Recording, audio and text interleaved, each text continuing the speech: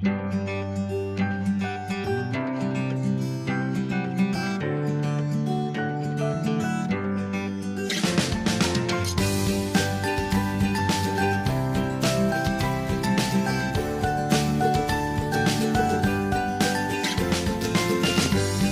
meaning log. Log means a thick piece of wood from a tree. It means log मतलब क्या? log यानी कि एक लकड़ी का बहुत ही बड़ा टुकड़ा. March. March मतलब कि walk like a soldiers. जो soldiers होते हैं उसके जैसे चलना, उसको march कहते हैं. Glad. Glad means very happy. Glad का मतलब होता है बहुत ही खुश. Nodded. Nodded मतलब move their heads up and down. मतलब कि अपने हेड को, सर को अप एंड डाउन हिलाना. Wondered. Wondered मतलब सोचना, थॉट. थॉट मतलब सोचना. Carefully. Carefully means क्लोजली, बहुत ही नज़दीक जाकर देखना. केयरफुली मतलब कि बहुत ही ध्यान से. Let others pass. It means कि दूसरों को जाने दो. जो एंड्स जा रही थी वो एक दूसरे के बीच में नहीं आ रही थी, ऐसे वो चल रही थी जो किसी को बीच में ना आ सके. Let other ants go past. Noon. Noon means दोपहर का time. 12 o'clock in the day. दोपहर के 12 बजते हैं. उसके बाद क्या स्टार्ट होता है? नून time. Exercise A. Answer these questions.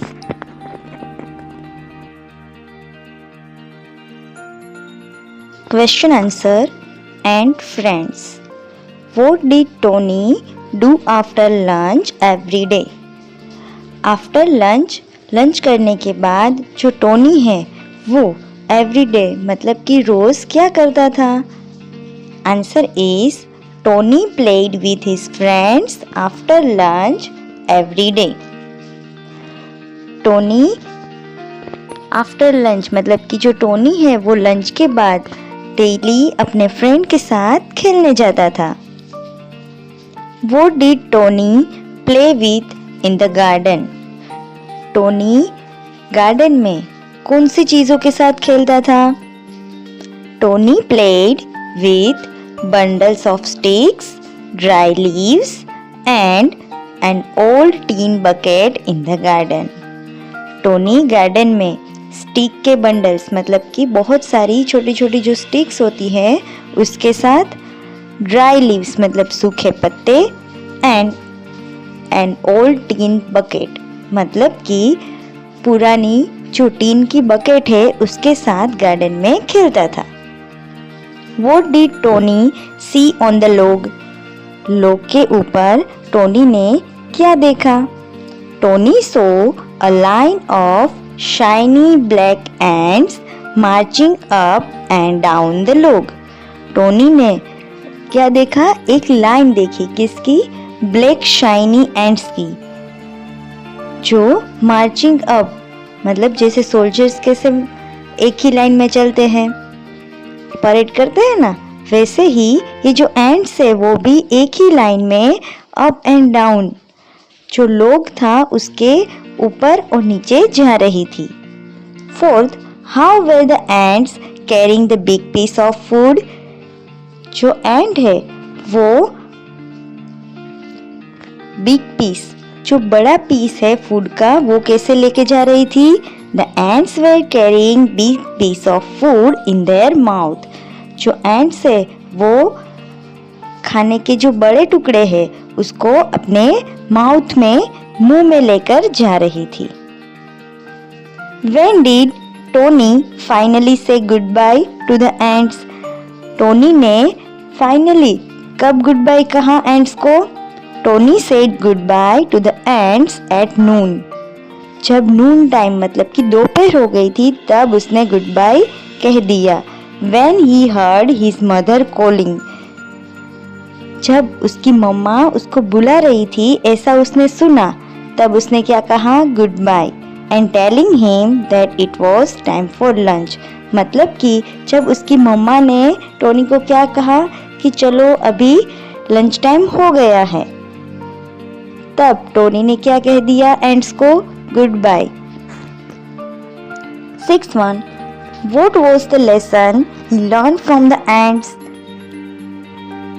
Tony ने क्या सीखा? कौन सा लेसन सीखा एंट्स के पास से? टोनी ने सीखा कि Tony learn from the ants that he should always work hard and work together as a team. Means कि टोनी ने सीखा कि हमें ऑलवेज हार्ड वर्क करना चाहिए, बट कैसे? साथ में टीम बनाकर। B exercise, tick the correct answer. First, Tony went to the garden. Tony garden में गया। बिकॉज ही वॉज हंग्री, क्या उसको भूख लगी थी इसीलिए गया? To spend some time there, कुछ टाइम स्पेंड करने के लिए गया? इन द इवनिंग, या शाम को गया? Answer is to spend some time there, वहाँ पर कुछ टाइम स्पेंड करने के लिए, क्योंकि घर पे वो बहुत ही बोर हो रहा था। Second, Tony watch the ants marching up and down. Tony ants को जब मार्चिंग अप एंड डाउन कर रही थी, वो ऊपर जा रही थी, नीचे आ रही थी, वो देख रहा था। पर जो एंट्स है वो कहाँ पर ऐसा कर रही थी? द लॉग पर, द टीन बकेट में, या ओवर ड्राई लीव्स, या फिर ड्राई लीव्स के over. Yes, answer is the log. The ants were playing with each other, ants एक दूसरे के साथ खेल रही थी। स्लीपिंग मतलब सो रही थी। Carrying heavy things in their mouth, या फिर हैवी थिंग्स कैरी कर रही थी। Yes, answer is C, carrying heavy things in their mouth, मतलब कि अपने माउथ में वो फूड पीसेस लेकर जा रही थी ना।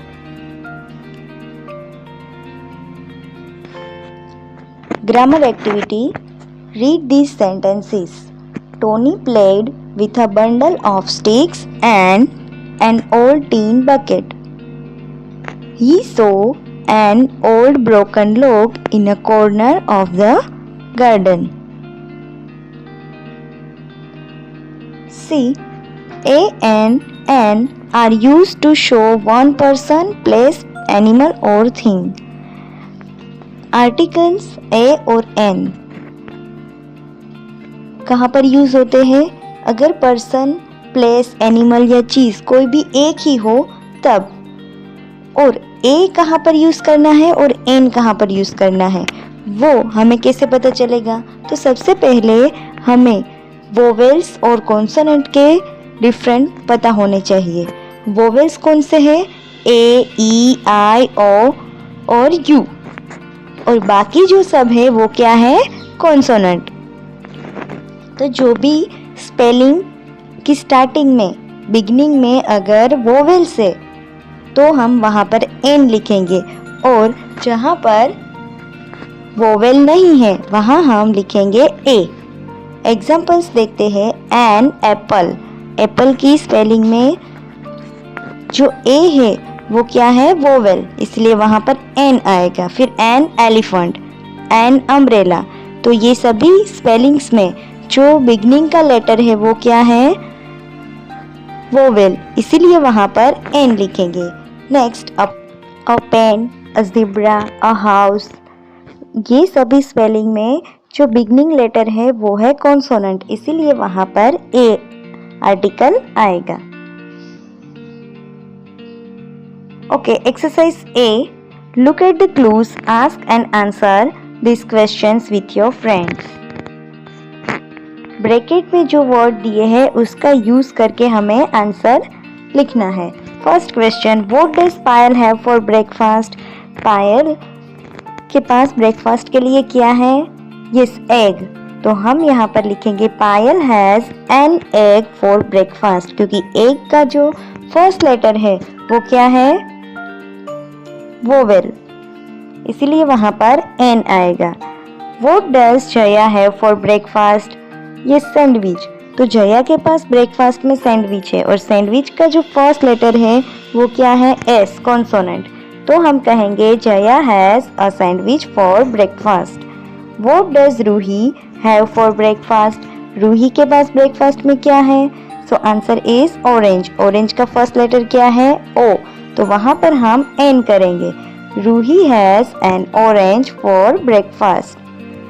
Fourth, what does Varun have for breakfast? Varun के पास ब्रेकफास्ट में क्या है? Biscuit. Varun has a biscuit for breakfast. Circle the correct word in each sentence. देखो यहाँ पर आपको जो आर्टिकल है उसके आफ्टर जो वर्ड दिया है उसमें फर्स्ट लेटर कौन सा है, वोवेल है या कॉन्सोनेंट, वो ध्यान में रख के आपको ए या एन पर सर्कल करना है। फर्स्ट है दिस इज नॉट अ और एन, एंड।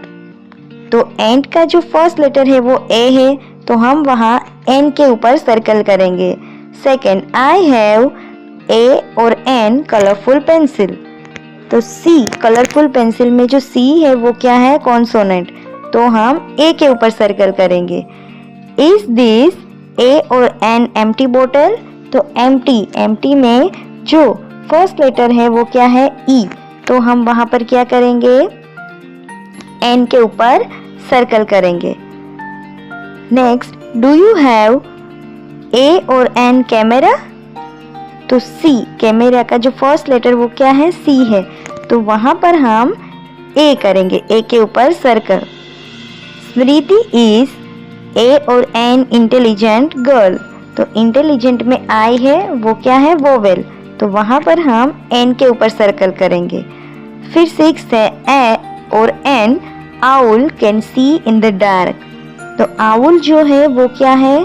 ओ, ओ से स्टार्ट होता है वोवेल, इसीलिए वहां पर एन के ऊपर हम सर्कल करेंगे।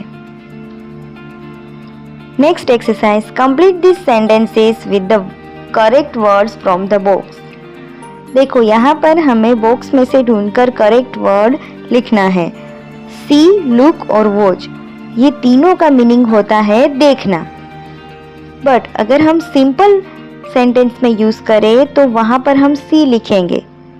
बट किसी को अगर हमें ऑर्डर देखना हो देखने के लिए या फिर रिक्वेस्ट करनी हो कि यहाँ पर सब लोग देखो, तो वहाँ हम लुक का यूज़ करेंगे। और वॉच, वॉच का यूज़ हम कहाँ करेंगे? जब भी कभी आप कोई सामने कोई भी प्रोसेस चल रही है, टीवी प्रोग्राम देख रहे हो, तो वो वहाँ पर हम क्या करेंगे? वॉच का यूज़।